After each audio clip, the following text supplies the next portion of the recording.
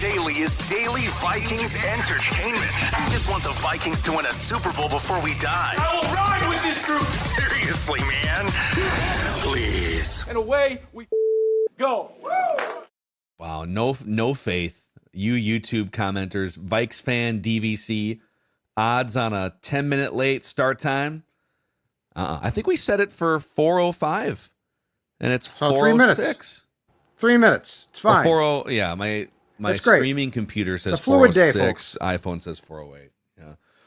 Yeah. We had to spend a few extra minutes bitching about the Twins before we jumped on here. Purple Daily, Judd and I. So what's funny is that you don't know this yet, but I'll tell you as we talk about Quick Trip here. As I was walking out of Quick Trip near the Vikings practice facility, and I got in my car with my little turkey sandwich and my little Gatorade. They've got like a Pedialyte Gatorade thing when you've been out in the sun for 2 hours. I look over across the parking lot to my right, and there's the sports dad, also on brand, walking out of the. We were at the same Quick Trip. I did know same that. Time I saw practice. you actually. Oh, you did? Okay. In Quick Trip. I ignored you completely. Wait, you saw me in the I walked Quick in, I Trip? saw you at the counter, and I'm like, I could go say hi, but I just saw you. What? So I went and got two Diet Dr. Peppers, a sub sandwich, which was outstanding, a bag of chips, and then I was going to say hi, and you were gone, and I'm like, okay, whatever. Yeah, I saw you. Classic. In keeping with the sports dad being on brand, I was like, I could go say hi or I couldn't. Oh, well, I missed him. Okay, that's okay. But look at here, like, we are talking about a place, again, I walk in there today, and Phil, you saw the same thing, but you talk about convenience. You talk about not just like a convenience store where it's like, okay, there's one old sandwich, right? Or there's a small thing of chips. We are talking about a place, I mean, I'm convinced it is basically a grocery store, but it's a convenience store. Quick Trip. If you go to a Vikings training camp, I think it's on Dodd Road. It's right on the corner there. You are going to find absolutely all about convenience, absolutely all about serving you. The other thing I love, and you experience this too, how about the amount of people behind the counter? So you don't go up there and it's one poor guy or gal, line of 5 or 6 deep. I felt a little bad because I did the old like self-checkout thing, and I'm always like, but there's really nice people there that, like they deserve to. Am I like proving that their jobs are? Yeah, don't do that. But there was lines there too. It was great for everyone. It was, if you wanted to go over there and have communication, you could. If you're like me, you just wanted to scan and get out of there. It was great. Yep. So be like the sports dad. Be like Phil. Stop at Quick Trip and make your life as easy as possible. And if you see a friend there, say hi or not. You got my blessing. Love it. And before we get into how did JJ McCarthy look at joint practice day number 1 here. A couple things. Click that like button and the subscribe button on the Purple Daily YouTube channel. We're almost to 60,000 subs. We saw a bunch of you guys, people that were shouting out Purple Daily at practice. I was kind of startled. I came around the corner after practice was over, and there's a bunch of fans waiting for like Justin Jefferson and Stephon Diggs. Yep. And there was just a bunch of Purple Daily listeners that were leaning over the railing there too. So awesome to see you. If you see us wandering around, definitely hit us up, talk some football. And we are so close to the $20,000 goal that we wanted to hit for our Power of Sports annual auction here, benefiting the Courage Kenny Rehabilitation Center. So there's a few buy it nows here that I think are going to go by the end of the day. But there's Adam Sandler is coming to town. We have sweet tickets available, scorenorth.com/bid. And there are 2 pairs of tickets available only for the Burt Kreischer Sweet experience, scorenorth.com/bid. So if you love Sandler or Burt Kreischer, there's only combined 5 pair available that you can, and it's sitting in a suite. So it's a really cool place to watch a show in St. Paul at the old XL Energy Center, now Grand Casino Arena. Scorenorth.com/bid. Shout out to Rolex Vans, their support of what we're doing here this week, and the $2,000 that they matched. So we are $2,800 away. So keep the buy it nows coming in, keep the bids coming in on the dinner for with the Purple Daily crew is out there, or if you just want to straight up donate, you can do that as well. We appreciate everyone for stepping up this week at scorenorth.com/bid. All right, let's just start with, how did JJ McCarthy look at day 1 of joint practice? I was there too, but I'll follow your lead. Yeah, you were there. You were there. So fortunately, I did have, making its debut at camp was Judd's Camp Notes. Yes, that's right. The real thing that will be available at the State Fair. Look at that. So I was taking Judd's camp notes. And as you can see, I already have highlighting. So let's start with JJ McCarthy's day. And I think we should set this up thusly. Because I think it's a fair question, especially if you don't go to training camp practices, and lots of folks have jobs and they can't go, to sort of explain what a joint practice is and why a joint practice is more valuable than a game in the exhibition season. And yes, boycott the Twins. Actually, if you get rid of Twins TV, they will feel that. But anyway, so Phil, let's explain this and why there is a value here that doesn't exist if you play like JJ McCarthy did on Saturday, 12 plays, which was nice. It was great, 12 plays. But joint practice puts you against an opponent in a situation in which the quarterback does wear red, so he can't be hit. But I would say it's fair to say the bullets are flying to a point where it is an opponent. It's not your team. And look, I'm not saying the Flores defense is easy, because it's not. But there is a value in taking on the Patriots first team defense. And what it also allows you to do is get reps that you can then have O'Connell, or in the Patriots case, Mike Vrabel, on the field to immediately coach. And here's the key stats for today, in my opinion. JJ McCarthy got 55 reps between the one-on-ones where the wide receivers go against the Patriots cornerback, the 7-on-7s, and then the team drills. 55 reps, 38 throws. Simply put, in a preseason game, you might get 3 throws, 4 throws. So if you're wondering, like, okay, joint practice sounds great, sounds real cool, but why is it important? Because it allows a guy like Drake May or JJ McCarthy to get a big amount of work against a real opponent in a controlled environment where you are much less concerned about some 330-pound lineman breaking through the A gap and falling on your quarterback. Football. So Yeah. that's the most important thing. All right, let's go to team drills first, Phil, and let's work backwards here. I say we tackle first how practice came to an end, which was the all-important 2-minute period that the first team offense went against the Patriots first team defense in. And in this period, there was 1:15 left on the clock. The offense was down by 3, 1 timeout, ball spotted on the Vikings 30-yard line. So lots of distance to travel. I'm not sure how the Vikings gave up 24 points to that Patriots offense, but which you immediately complained about. Yeah. Which you just that happened. They put that score up there, and you're like, "What happened, Brian Flores?" Okay, so it starts off with McCarthy in shotgun, and what sort of was a theme throughout the day, his first pass, which is a 9-yard gain, is a completion to T.J. Hawkinson. Yep. We'll get to it, but Hawkinson had a big day here, which is not a bad thing. Great safety blanket today. Exactly. And then on 2nd and 1, a completion to Aaron Jones, who got out of bounds. So very important. Stop the clock. Ball at midfield. Now here's where it starts to go a little bit sideways, and this isn't necessarily McCarthy, but the Vikings jump offside. All right, that's not good. You're in the 2-minute drill. There's about 49 seconds left here. Yep. Now the ball goes back to the Vikings 45, 1st and 15. We had back-to-back incompletions. Now it's 3rd and 15. You're still pinned at your own 45, 39 seconds left. This gets back to an important thing. What did we see? Now, he couldn't be hit, but it was still a viable play. McCarthy takes off and runs. And it wasn't a sack. It was not. Correct. Confirmed. Like, some of these are Correct. like, oh, was he sacked? And then he started, because there was a few of those, especially the first half of practice, which we'll get to. Yep. Where it's like, all right, that was clearly a sack, and then he's just like running. But this was legitimately just like the 4th and 4 in the preseason game. He goes through a couple reads, tucks it, runs, doesn't quite pick up. It was like 3rd and 15, you said, right? Doesn't quite pick up the first down, but puts them in range of like, okay, we could go for this. See what happens. Exactly right. So he goes from the Vikings 45 to the Patriots 45, leaving 4th and 5 with 31 seconds left.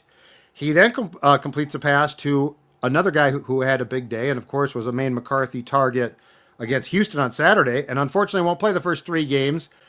Jordan Addison catches a pass. That puts the ball at the Patriots 31, Handoff to Jones again.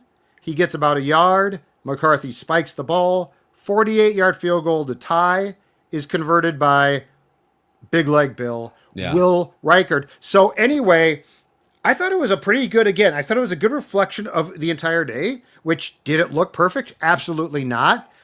Was it flawless? No. But folks, if you're expecting this to be flawless, like from day one, you're going to be disappointed.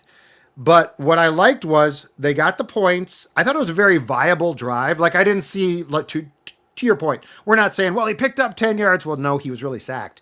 So I thought it was a really good reflection, again, just like Saturday, of sort of where things stand with McCarthy and just sort of the incremental progress. That's probably the best term, right? The incremental progress that he seems to be making now in practices where, does he come out perfect? No. Does he get the job done enough at this point in time, especially when the run game can influence it, which it will in games? Yes. Yeah. So that's where I land on that. Would you, in a perfect world, love to see the Vikings get the ball at their own 30 in that 2-minute drill against the Patriots and just chunk their way, 5 plays, touchdown, crowd goes crazy? Like, yeah, that would be awesome. And the Vikings have had some offenses that can do that and quarterbacks that are more experienced. But my main takeaway is 3rd and 15, however it got there on that drive, right? It's 3rd and 15. There's under a minute left in this 2-minute drill. You're playing a different team that's trying to win the drill. And he finds a way with his legs on 3rd down to make 4th down manageable. And then his arm on 4th down. And then it was kind of it was a play caller's decision then to shut the drive down, because they did go conservative there from a play calling standpoint. Okay, we're probably not going to get, with no timeouts left, the remaining 30 yards to score a touchdown. It's 24-21 trailing. So they called that little draw play just to move forward a few yards and get it centered. And then they lined up for the game tying kick. But to go from game on the line, 3rd and 15, you got to pick up a bunch more yards. You got to get a 1st down. Can you make it happen? Legs, arm, field goal range, overtime. That was a win for JJ McCarthy in the first team offense. It wasn't perfect. It was kind of the procedural penalty. There was an inaccurate pass in there, but like, football is muddy sometimes, and you have to find a way to just like make it work. And he did at the end of practice. All right, so let's continue on the team drills, or the teamwork, ones against the ones. And I've just got some notes here, so we won't go through obviously the play-by-play of all of these. I thought that one was worth going through, but let's go through some of the good and bad. All right, and some of this is on McCarthy, some of it's beyond his control, but it definitely involves him. I think what we are seeing, and in the first team drill that they did, McCarthy hit Hawkinson on a pass. Hawkinson caught it. But it was the type of pass that you would like in stride. Short pass, probably 8 yards, 5 yards. Mm-hmm. And it was the type of pass that you would like in stride. And Hawkinson, had to sort of stop and torque himself a little bit like the Addison catch on Saturday. And I'm trying to decide, is this just sort of rust still? Because I talked about this. McCarthy has said, I got to work on, I didn't pass the football in game situations for a year. And so that was one. The other one that could have been a big play, huge play, and was well executed, but was not at the end seen through, was there was a deep pass and teamwork over the middle, which was probably about, a 40-yard pass or more from McCarthy. It was a gorgeous thrown ball, but it came up just short of Addison. It allowed I think it was a safety for the Patriots to break up the play. Now, he actually tipped the ball. Addison almost caught it. He did. But the point is, if the pass had led Jordan a little bit more, it's almost certainly a touchdown. So these are the type of things I think that need work. And we are seeing, or at least we did today, a lot of short stuff. There is no question, though, like McCarthy, it feels to me, Phil, like he is this close, because his arm is fine. It feels like he is this close because he throws a nice deep ball, but he's got to get a little bit more there. But those are a couple of the plays that it feels like there is still probably a little bit of rust from not playing for a year. I thought to get even further in the weeds on that play, they were running quite a bit of 12 personnel today for kind of the reasons we've talked about with these wide receiver injuries and Addison suspension looming. 12 personnel is 1 running back, 2 tight ends, and then because there's always 5 skill position players, so you do the math, 5 minus the 2 so 2 wide receivers. So they had it was the ball was spotted on the left hash.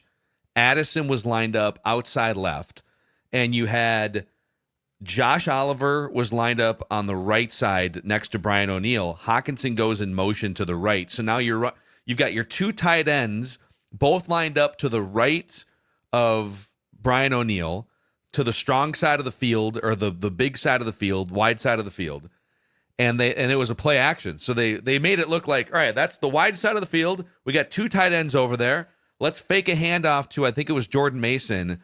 And it was it was one of those where there technically are like 2 or 3 routes probably on that play, but the whole thing is designed to try and draw the defense in and hit Jordan Addison on that home run post route.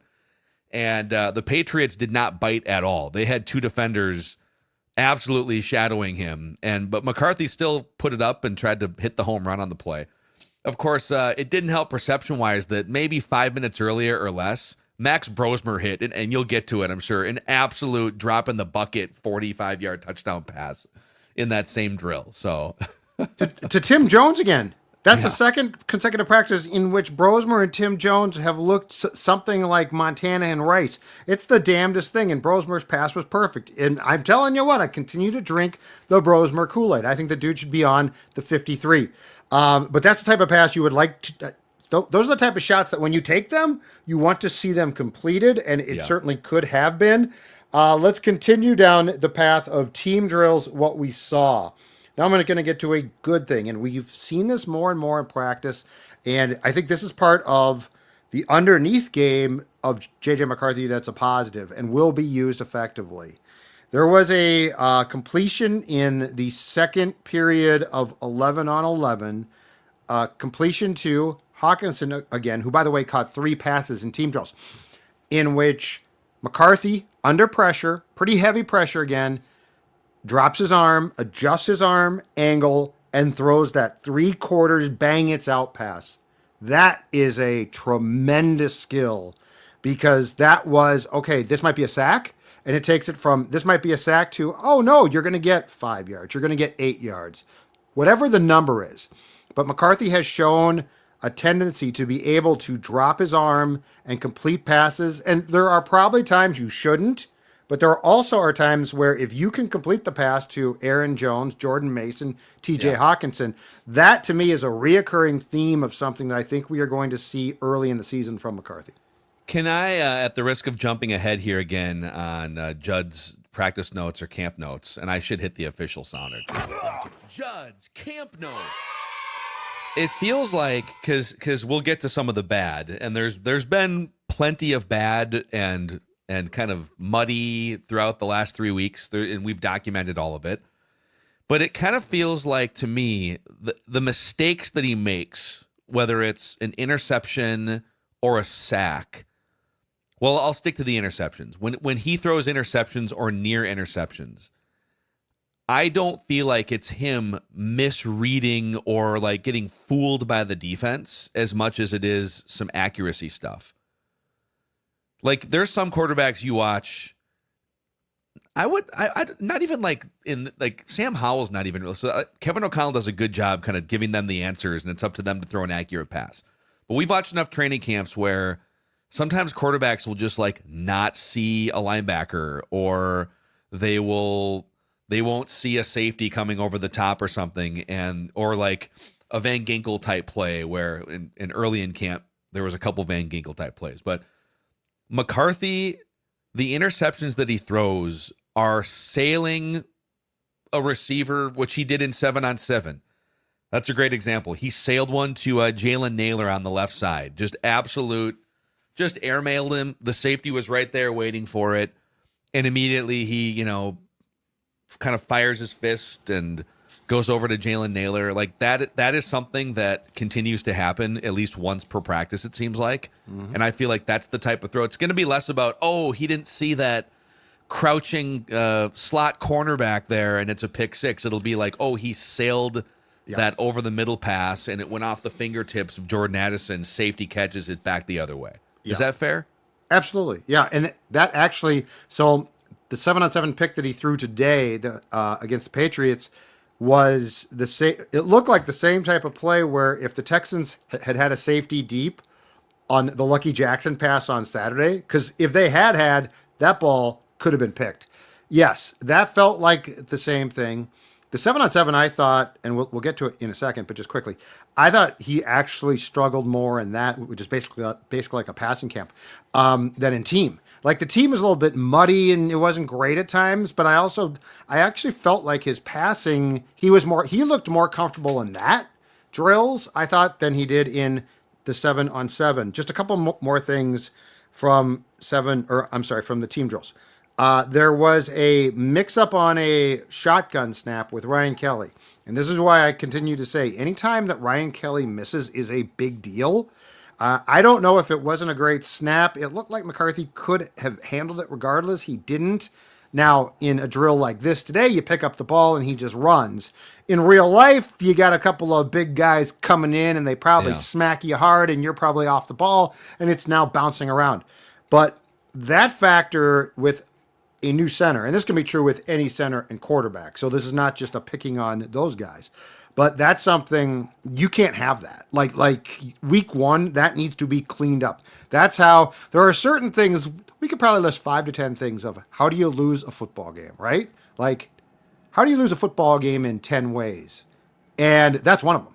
So like you can't afford that. 50 ways to lose a football game. 50 ways to lose a football game. And that is one of them. Like you can't, and I know it seems simple, but it's not. And it's almost good for it to happen in a situation like today because, again, McCarthy can't get smacked. He picks up the ball. It looks fine, but it's like, okay, whatever that was needs to be cleaned up ASAP. Yeah. The other thing is, let's talk about, and this is about the 2025 first-round pick, Donovan Jackson. I think it was a screen pass to Aaron Jones. And Aaron Jones is, chugging down the field. Now, you could argue because he can't be tackled. But anyway, Donovan Jackson, who for his size must be a hell of an athlete. Dude, he was down there. He's like up the sidewalk, as they say. And I don't think he was an ineligible man downfield. Like the play gets done, and he is now chugging down, which he can do. And was that a safety or a corner that Donovan Jackson literally destroyed him? I didn't catch the license plate as the car was going flying there, so I don't remember what number it was, but it was an Aaron Jones caught the screen pass, right? If I recall. Aaron Jones is like running blissfully, and Donovan Jackson just annihilates a Patriot. Yeah, and you're not technically supposed to tackle or like it's physical, but not really. It's you walk up to a certain point. But I highlighted it as it was my favorite play from practice for a couple different reasons. One, it showed the Vikings are developing a little bit of a screen game. They've got a little trickeration when you have a good young athletic guard like Donovan Jackson who can get out there. Will Fries can get out there a little bit.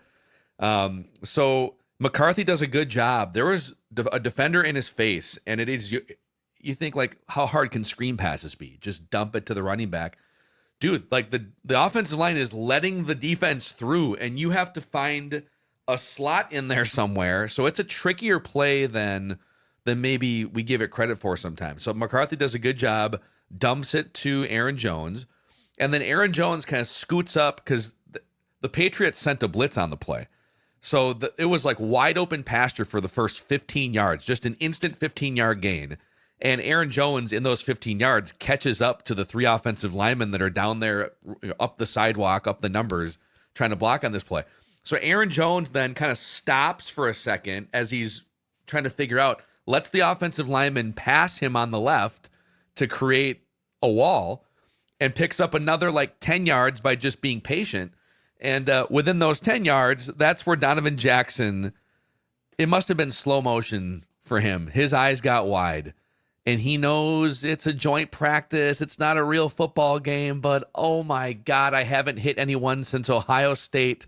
And there is a 200-pound, 5'11" defensive back standing in the middle of the road. And he just flattened him, and And it he- was glorious. And he did it in practice like a week and a half ago and celebrated. Like he like went, yeah, like this roar. And he Get did out it of the again.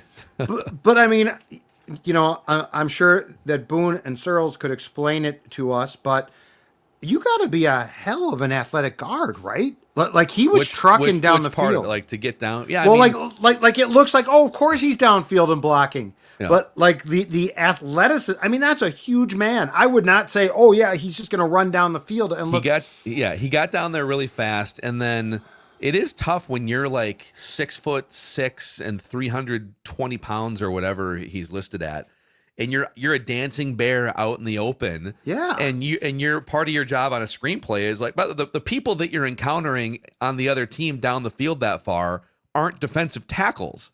They're safeties and defensive backs that are fast and nimble and quick. And so to get your hands on those guys is actually difficult sometimes. But this dude was on the tracks, and the Donovan Jackson train came through, and no one got affected. There was a couple pops. The Patriots popped a couple Vikings players to the ground too on plays, and nobody Chandler shot almost up. got killed. Ty Chandler He got went up trucked. for a ball that I think the quarterback was trying to actually I think it was Howell. He was just trying to, no, Brosmer. He tried to throw the ball away, and like Chandler's like, I'm going to catch it, and he just got annihilated. Yeah, because these guys see these situations like, oh man, his ribs are exposed. I could end him right now, and they can't resist. So yeah, okay, back to the camp notes. Well, and just quickly, the thing on Jackson too, on that play, and I think it was Reisner. The Vikings have had guards who have tried on the screen game to help, right? And they inevitably get flagged for being an ineligible man downfield. Because at the end of the day, they're not good enough athletes not to cheat. Mm-hmm. Jackson doesn't need to cheat. Like this is something to watch. Watch him in game 74, because I mean, that's why, because I think it's 2 yards. Like, you don't have much room here. So, like, on the screen game, you get going, and you can't obviously get past a certain point when the pass is thrown. So, I just think it's interesting. I mean, Jackson, look, he's going to have his struggles. He's I don't care his size. These guys are men, and he's playing against really good players. But I think it's sort of encouraging that you might have an athletic guard there who doesn't have to cheat. Let's go to 7-on-7, okay? Because this is where I thought that JJ actually struggled more. You brought up the series in which he sailed a pass for Naylor, and at first I was like, did Naylor run the right route? But I tend to agree with you, especially coming off the Jackson pass. I think it just sailed. He also, within the span of 2 7-on-7 series, took what would have been 3 sacks. And that's where you want to get rid of the ball. Now, those are 7-on-7 drills. It's a little bit different. I don't know if they extrapolate exactly to what the teamwork does, but I do think that in those drills, there are some times where he probably would take off ordinarily and he doesn't. So he tries to stay in and throw. And that's where I'll agree with Searles. There's some stuff we just simply don't know, because, like, are they telling him stay in there and try and throw? And if you get sacked, you get sacked. In the team drills, he runs. So it's interesting, but I actually thought the 7-on-7 in which he completed 10 of 13 passes was a bigger struggle. Lazy Television, who's been trolling our comment section, wants to months. know, what week do these clowns admit they were wrong about letting Darnold walk? When are you going to admit it? The vitriol that I'm seeing in the comments towards McCarthy, too, which I think is going to be a season-long thing. But, folks, again, it's going to take some time. Like, also, what's funny is, like, a year ago, the same people, I'm sure Lazy Television and whoever else was probably one of them, thought it was laughable that the Vikings would even bring Sam Darnold in. Like, what is this incompetent organization doing? Why would you bring in garbage Sam Darnold? And then this organization and Kevin O'Connell's quarterback rehab school Frankensteined Sam Darnold, made him a $100 million man, literally, like, prolonged his football career and turned him into a viable starter for the first time. And for anyone to act like it was Darnold that was holding everything together as opposed to the other way around. So if you can Frankenstein somebody else for $30 million less per year, that's what the Vikings are trying to do here. But you're right. It might not even look like, maybe by the end of the year, like best case scenario, by the end of the year, JJ is like clicking and on point. But but it's going to take some time for him to be a fully formed product. And there's going to be some peaks. There's going to be some down moments. And I agree with you. A lot of these practices, hell, the preseason drive from last Saturday, today's joint practice, it's all kind of a microcosm of there's some really good stuff. There's some stuff that's like, you got to get rid of that. Like, he took too many sacks today in the full team. He's back there and he's either not seeing it, or in fairness to him, the Vikings are running out a really thin spread of wide receivers after Jordan Addison, and there's not a ton of separation. Even in the one-on-one drills where it's Vikings wide receiver against Patriots defensive back, not a ton of separation after Jordan Addison. So it's going to make a huge difference, obviously, when the best wide receiver in the world gets back on the field and starts to tilt defenses to one side of the field on a more regular basis. It'll just make things easier. And they're going to run a ton. A, they're going to run a lot. And B, short passes. So, like, will Jefferson get the ball downfield? Yes. Are they going to be going for broke on a regular basis? Absolutely not. Like, we're going to see short passes. It is a prerequisite that the screen game works. If the screen game does not work, there's going to be trouble. But they've been working on that a ton. And I would say the two things that I expect are, one, this is going to be and should be the best run game under O'Connell since he came here in 2022. And two, the screen game should actually work now. It sort of sputtered, flickered a little bit in 2024. Like before that, I was like, don't do that, which is really sad. Interesting stats. I tracked 7-on-7 and 11-on-11. The leading receiver today, TJ Hawkinson, 7 catches. And we saw this. Like, this is where I think he's going to have a really big year. Because, one, you don't want this, but if McCarthy throws the ball on either side, that dude, the old catch radius, he can catch the ball. Yeah. And two, it's a perfect outlet for a young quarterback who might not have the options that he wants. And I think the one thing, and we should, you know what, credit to the Vikes PR. The perch that we're allowed to watch from now is fantastic. Like, we've never had this before, and it gives you a really good view. And fortunately, most of the McCarthy stuff is on the field closest to our perch. Mm-hmm. And I'm not sure about you, but I gain a huge appreciation for how quickly you have to process, because we sort of see it then in real time. Because if I'm in the press box, it's like, what's so hard about this? You drop back and you're looking. So where you were kind of, I was a little more to the right for the first part of practice, but I came over by you on the left side of that media perch, and they've got these 2 massive screens that are out there for the players and the coaches on the field. Like 5 seconds after the play is run, they show that play on the screen in the all 22 form, so you can kind of see what's happening. They don't show that to fans because they obviously don't want people like recording video of it. But from your angle, when you look to the right after some of those plays, you could actually see the all 22 of like the play that just ran too. So Vikings PR, thank you guys for giving us throwing us a little bone, a tent overhead, so we're not totally baking in the sun. Oh no, that's 2.5 great. Yeah. hours too. But I just love the speed of the whole thing. Like when you realize what any quarterback has to process, it's impressive. The second receiver today, as far as catches go, was Jordan Addison, who those 3 games, and I know that Jefferson's going to come back. He did not practice today. We'll get to guys that didn't practice. But Jordan Addison is going to be missed, man. They have developed, he and JJ have developed a chemistry that is really good. And just to his credit, and I know that it sounds like he is taking football and did take it a little bit more seriously this summer. Jordan Addison looks fantastic. He does. He in 7-on-7, excuse me, the first 3 passes from JJ McCarthy were all completions to Jordan Addison. And again, there is a huge drop off between Jefferson. There's Jefferson, and then there's a little drop off to Addison, who I think might be one of the 20 best receivers in the NFL. If like Jordan Addison was given 125 or 130 targets or more, like some of the number 1 guys, he'd put up pretty crazy numbers. But there is a big gap. So if I'm JJ and Justin Jefferson's not on the field, I'm also probably just going to be hunting for Jordan Addison. But the separation he was getting today from Patriots defensive backs was very different than all of the other wide receivers that are in that room right now. Absolutely. All right, let's go through guys that didn't practice.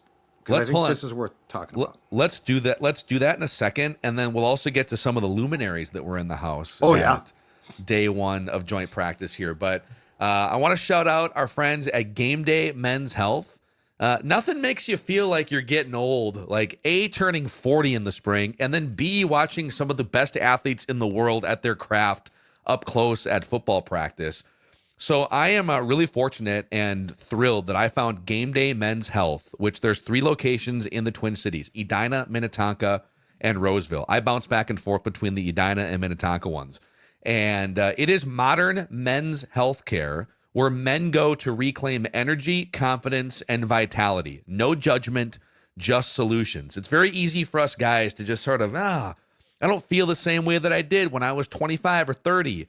I'm just going to I can't tell you how many friends in my life are just like, haven't been to a doctor in 15 years or whatever it is.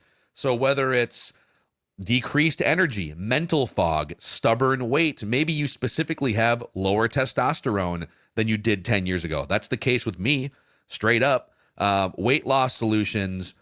From the moment you walk in, you're greeted with a modern, fun, sports loungy type vibe. And you can see what I've been talking about the last couple weeks here for yourself by going to GameDayMen'sHealth.com/Purple Daily. That's GameDayMen'sHealth.com/Purple Daily. Take control of your health and your life. I know a couple of you have already stopped in and made appointments, so appreciate that. Hit me up. Let me know how it goes. Would love to talk some shop. But would love to talk some shop about Prize Picks as well. So it's football season, and let me pop open my Prize Picks app here. I wonder if they've got it might be too early in the week still for some of these preseason games, but you got Major League Baseball. Here we go. They posted NFL preseason. So I love these numbers. So because it's preseason, you don't know how much these guys are going to play. So like Bryce Young, 68.5 passing yards. They don't have everyone on here because obviously like we don't know if like which Vikings are going to play. But if you want Jackson Dart, 80.5 is the number there for his passing yards. So it's very easy. You select between 2 and 6 players. You pick more or less on their projected stats, and you place your entry, and you have a chance to win real money.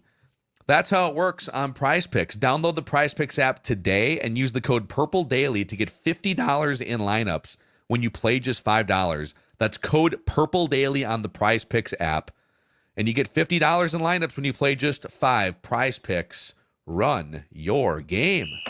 We want more camp notes. Football. Oh, then you got more camp notes. Are you kidding? Joint practices? 16 periods today. I mean, ordinarily you're at 9 or 12. We had 16. Now, there were at least 2. A couple water breaks. Yeah. I love the fact that they call them now hydration periods and that they're actually baked in to the periods of practice. Back when I started covering... a punting period, too, was one of them. And a gunner one as well. The Gunners trying to get past. It was just fantastic. I love this stuff. Anyway, so let's talk about who didn't practice because the Vikings have been, and O'Connell in particular, I guess, has been giving a lot of veteran days off. So, like, if a guy didn't practice because of a veteran day, you're like, well, is he banged up or a veteran day? But these 2 practices, you want your guys out there. So, Andrew Van Ginkel, something's up there. Just to be clear, too, O'Connell does not have to say. Now, a couple of years ago, I think he probably did. Now, but he's a veteran coach. They don't have to issue any specifics on injuries until right before the first game. In fact, I think it's the Wednesday. Well, in the Vikings case, it would be the Thursday before the Monday night game. Andrew Van Ginkel held out. C.J. Ham, who must have got banged up against Houston, held out. Levi Drake Rodriguez, we got this one, didn't practice ankle. That's too bad. I would have liked to have seen him practice. Harrison Smith is sick. Rondale Moore, as we know, his season is done because of a left knee injury. Now, I attempted to pry, and I said, okay, it's a left knee. Can you tell us what it is? And O'Connell's like, nah, it's just significant. Know that. So, and now Seifert told me that's the new thing. Our friend Kevin Seifert does a great job, of course, covering the Vikings for ESPN. Mm-hmm. I seem to recall them telling you, like, if a guy was out, they would just tell you. Like, I tore his ACL, MCL. But that must be, I guess that's the new thing. You don't reveal details, even if the guy won't play again. So they're going with significant left knee. I mean, I hope it doesn't. It could end his career. as I said, Harrison Smith's sick. The one that caught my attention, Van Ginkel. Just because he's had previous foot problems, I have no idea what's wrong with him. But that's the one that sort of caught my attention because he stayed pretty much healthy last year, but he is a guy who's had injury problems in his past. So of the guys who didn't practice today, I would say your guy, the Gingster, was the one where I'm like, oh, I hope it's nothing. Yeah, you do hope it's nothing, but the fact that they're going to unleash my guy, Gabriel Murphy, potentially in his absence means that you've got plenty of depth at that position. But yeah, that is, I think we maybe took for granted a little bit the level of health with that defense. The fact that Grenard and Van Ginkel were just like healthy pretty much all year and doing their thing. But Van Ginkel does have a history of some foot stuff. He's getting a little bit older, plays a really hard-nosed style.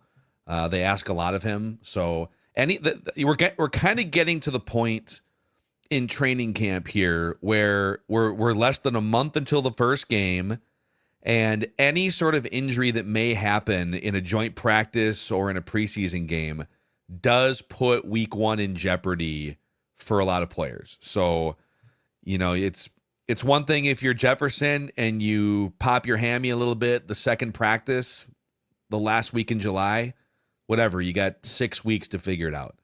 But when you do something on August 13th and the first game is in, 25 days or whatever it is, that is something to watch. Anyone that would get hurt at this point is definitely under a microscope.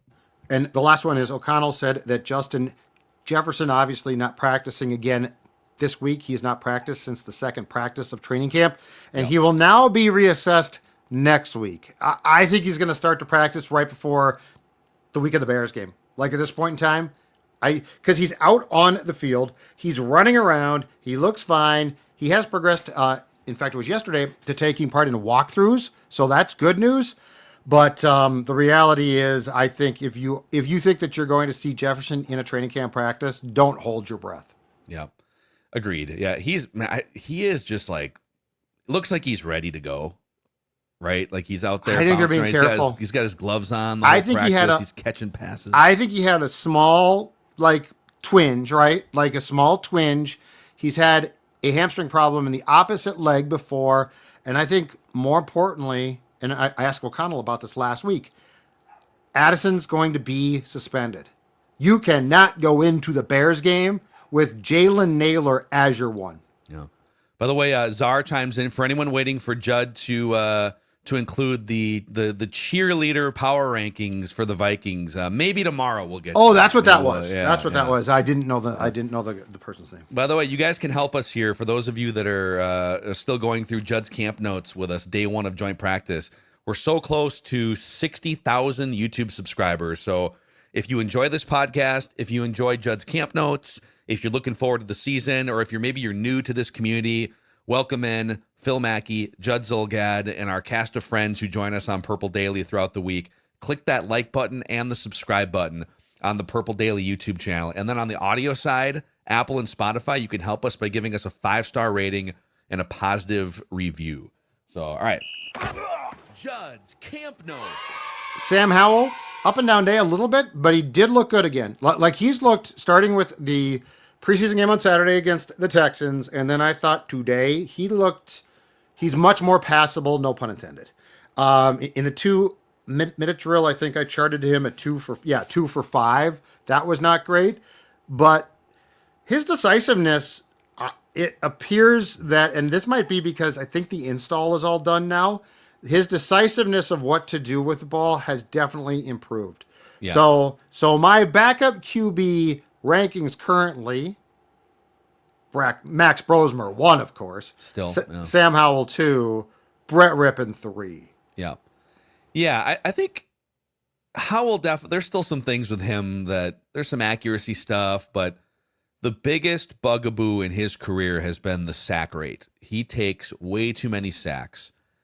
And in that preseason game where he led the 94-yard drive, and then watching joint practice today, it does look like either the processing and or the decision-making has sped up. I'm sure Kevin O'Connell and Josh McCown and Wes Phillips are in his ear saying, you got to do something within 2.5 seconds. It cannot be that you sit back there and take these sacks.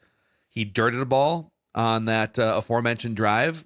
Just live to fight another day, as opposed to turning a 1st and 10 into a 2nd and 17, and now you're digging yourself out. So it does look like the ball is coming out of his hand, and he's making some decisions a little bit quicker.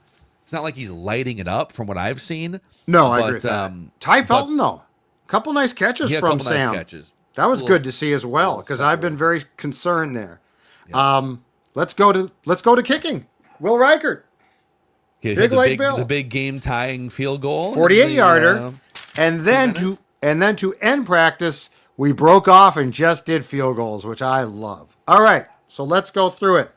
From 33 yards with Ryan Wright, the punter, holding, he is good.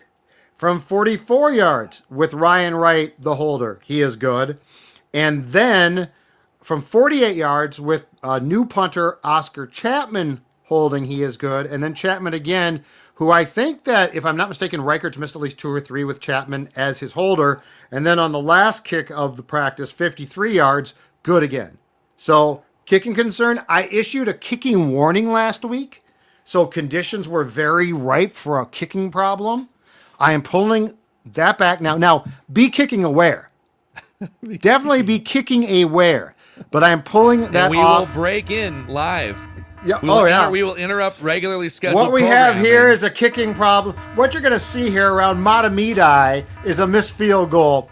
Let's go up in the northern suburbs. But anyway, so Will Reichert, all was good, 5 for 5. Yeah. Yep, that's good. All right, he had a little hiccup there in the middle of training camp, but Big Leg Bill appears to be back. On the other side of the kicking coin, I did see at one point you were drawing the attention of a lot of the other Vikings media members because you were clocking hang time for Vikings punters during practice. Do you have hang time notes in your... I do have some now. I was criticized by some that started to try to do the same and claim that I was faulty here. But I tracked hang time. I'll just go through these on Ryan Wright. 5.1, 5.4. I hit a 4.1, which is a terrible hang time. Terrible punt. It's basically a shank right there. Yep, and a 5.7. And then on Chapman, a 4.8, a 5.5, a 4.9, and a 5.7. But if you go to practice, I challenge you to find a prettier ball than Oscar Chapman's because he's got those different Australian type of kicks. Wright in his defense has at least 2 or 3. Yeah. Chapman feels like the pitcher, was it Dice K who came over? Dice K, Matt Suzuki, and had like 12 pitches. The gyro ball. Yes. Oscar Chapman it would stop in midair, and Yep. it would, yeah. Oscar Chapman's got footballs he could kick that are going end over end, that are spiraling at times, that are look like they're going to blow up in midair. It's incredible to watch. Yeah. Do you think it's an actual kicking a punting competition No. at this point? So it's not. It's Ryan Wright's job. Yep. It's not a kick. It's not a punting competition. Chapman, though, he has the exemption, so like he can be just retained without counting against the practice squad. So do I think he'll be on the practice squad all season as long as he does not get picked up by a different team? Yes. Do I think he might be the punter in 2026? Yes. Do I think that between Ryan Wright's ability to hold and Reichert's comfort there, and the fact that they like Ryan Wright more than we do, I think. And Wright, if I'm not mistaken, had a great rookie season. Like his first year, he was great. Yeah. And it sort of went sideways from there. But whatever it is, the Vikings like him. I think there's a very good chance, though, that Chapman will challenge him in training camp a year from now. Yeah, I like it. I just saw one other thing here. I couldn't see from afar after practice. Stefon Diggs stayed on the field and looked like he was kind of conversing with or doing something with like a Vikings player, but I couldn't see which number. And a fan captured video. I'm just getting this from Vikings fan page on Twitter that it was Diggs, Keenan McCardell, and Ty Felton. So it was the Maryland connection, and they were just working on Ty Felton's releases and footwork off the block. So. Well, that's good. Stefon Diggs coming back to his home here and helping a fellow Terrapin with some footwork. That's kind of cool. Nice. And Diggs was, what, a 5th-round pick? Ty Felton's a 3rd-round pick. Yeah. Now, if Ty Felton turns out to be anything near what Diggs is, the Vikings got to steal. We should wrap up at least from Judd's camp notes because you might be saying, hey, this is great, guys, but where's the defense? Okay, so here's the problem. simultaneously doing the same work on different fields. Now, with all of the things that we just ran through, the Vikings did offensively. The Patriots were doing offensively against the Vikings defense. Now, we did see from afar, I think at least 2 pick sixes. Dwight McLaughlin had one, and Jay Ward had one. Yeah. So there were big cheers for that. I think I saw a couple of times where Vikings defenders, not surprisingly, laid out Patriots players. But it's very difficult. Like, you can't watch 2 things at once. So if we're shortchanging the defense, we apologize. But they literally are doing the same thing at the same time, offense, defense for both teams. Yeah, and maybe I don't know, maybe I go over and watch some of the defense, but like the defense is awesome, and we know what the defense go over there and looks be like, awesome. They're making, every time I looked over there, it was like, oh, there's a pick 6, or oh, there's Drake May, like kind of frustratingly. I'm sure they hit a couple plays, but I think here's the thing: people and fans of the show, and Vikings fans who maybe don't even care about the show, you kind of know what this defense is. And we've been talking about it throughout the first 3 weeks of training camp and practice. So I felt like having multiple sets of eyes on what the offense was doing was helpful. But we'll check out the comment section and social media. If you guys want one of us to be assigned to the defense tomorrow, I'm happy to go over there and I might track some full team stuff. I wouldn't mind some Javon Hargrave, Jonathan Allen spotting. Yeah, I fair. think that could be cool, because that is one place where this team has been not terrible, but like that to me is such a key thing. But yes, JJ McCarthy is the most important thing here. Like, that's not breaking news. It's not a surprise, but that's why, though, because they're basically doing the same thing at once. Yep.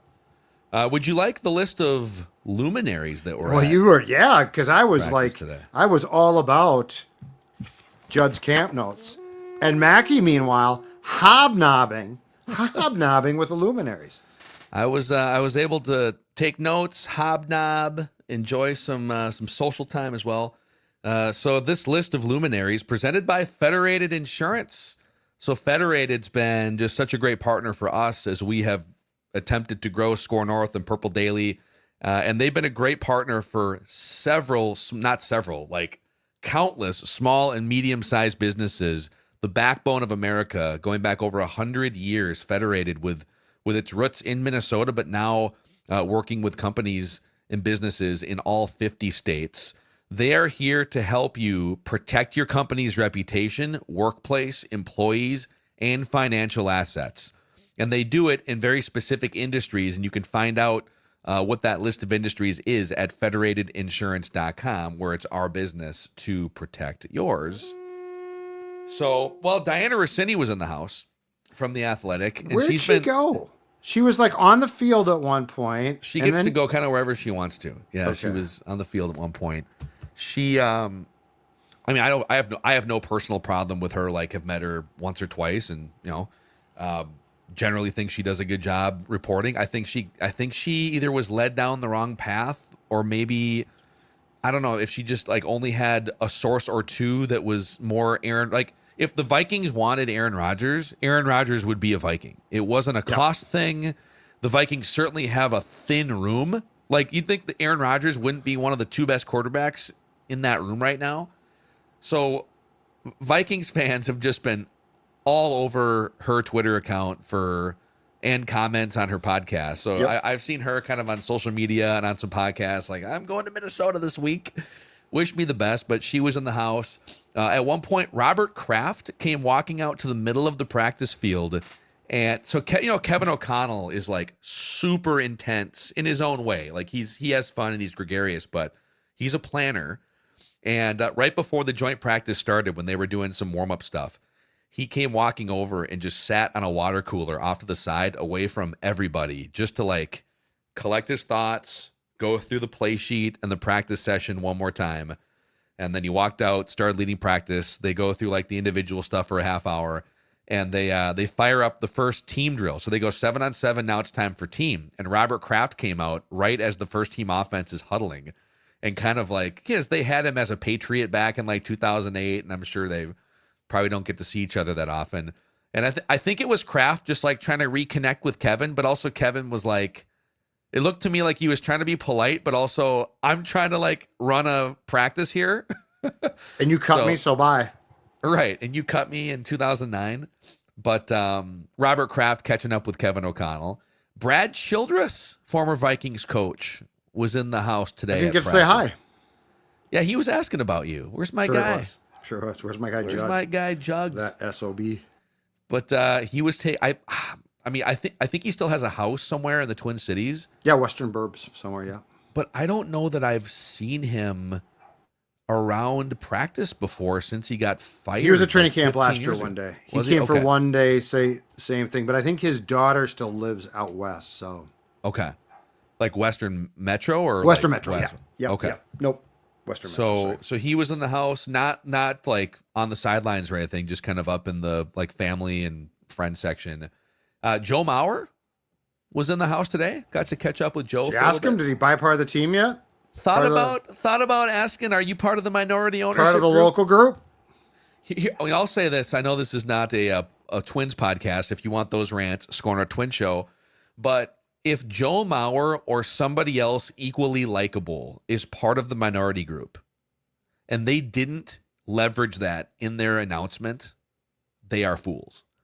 Yeah, it's interesting that the Star Tribune asked Joe Polad, because I think what Joe did was, I think he talked to the Star Tribune just before the press release was out, and the Star Tribune is like, okay, because there's two groups, and Joe said there's one local and there's one from the East Coast, and they're like, oh, okay, who is it? And he wouldn't name him. So I'm guessing Mauer's not involved, because you're right. Like if it was Mauer and Morneau or something, you would come out and you would be like, say, "Oh, this is great, hey, yeah, good news, everyone." Piece of Twins history. We're not selling the team, but we have a better solution, and it's people you know and like, right? Yeah, you're right. So I guess we'll see. And then our guy Alex Boone. By the way, so Alex Boone was in the house with one of his kids. Bear was in the house.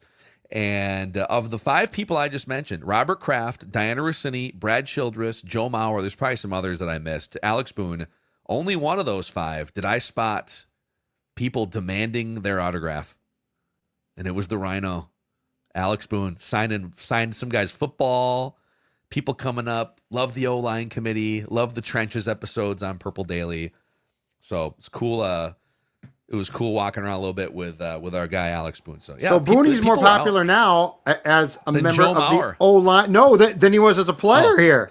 Well, I think his approval rating in a lot of ways has gone up since then, because it was viewed as like he was supposed to be a 5-year solution. He signed a contract, then they cut him after the first year. He's a bust, and now he's got his little cult following on O-line committee and Purple Daily. So I'm sure if other people saw luminaries that I'm missing, please tell us. Let us know who else was roaming around at practice today. But the stars were out, and of course the sports dad was always in demand from. When you got the notebook, you're definitely a star. So I think that's a wrap on day 1 joint practice notes here, Judd. Any other words of wisdom or final thoughts from you? No. It was actually, I think of all of the things that the Vikings do from a spectator standpoint, from what we do in training camp, including the games, this is the most intriguing thing. It is. It's the preseason game. It's great for a series, but then it's like done, and then you play the backups, and that's not bad. But preseason football, I would rather watch a controlled environment of guys going through drills who are opponents. Yeah. And here's the last thing too. So I'm walking to my car, and I got to go by the Patriots buses, and so all of the Patriots players have to go to a parking lot that I have to walk through to get to my car. So I'm not parked in that parking lot. And so these guys are all in their gear, right? Which makes perfect sense. They're Patriot gear. It's all Pat the Patriot, which I love. The center snapping the ball, like the old Patriot logo. It's a great logo. And it's like their gear all has, how have they not gone back to the uniform, the helmet that's got Pat the Patriot? I think their current, and they've had it forever now, helmet is so boring. and Pat the Patriots snapping the ball, and like, oh, their gear has it. I'm like, this is great. I'd love to get a T-shirt. I should ask for one. But anyway, I mean, you should. come on, Dude. Robert Kraft is literally in. You're sharing sod with Robert Kraft. This is your chance to go up and tell him. I didn't even know he was there. Ask him A, any Until you just told me. recommendations on a massage place, and B, here are my thoughts on your Pat the Patriots. What you guys are suppressing a great logo in NFL history. This is your chance to walk up. It's a great, tomorrow. exactly right. It's a great, yeah. What strip mall are you going to after this practice? What are your top 3 favorites in the Twin Cities, Robert? Terrible. Let us know. Terrible. All right, for Judd, Sports Dad over there in his camp notes, I'm Phil, and so I think we'll do it again around the same time tomorrow, if that works for you and the audience. Yep. And then we'll have our Thursday episode tomorrow. Will be probably a little more big picture because we'll record that in the morning and then it'll be out before the joint practices, but we'll keep it just a little bit more like big picture stuff. And yeah, thanks for hanging out with us here on this happy hour edition of Judd's Camp Notes Purple Daily, where we just want the Vikings to win a Super Bowl before we die. See you guys.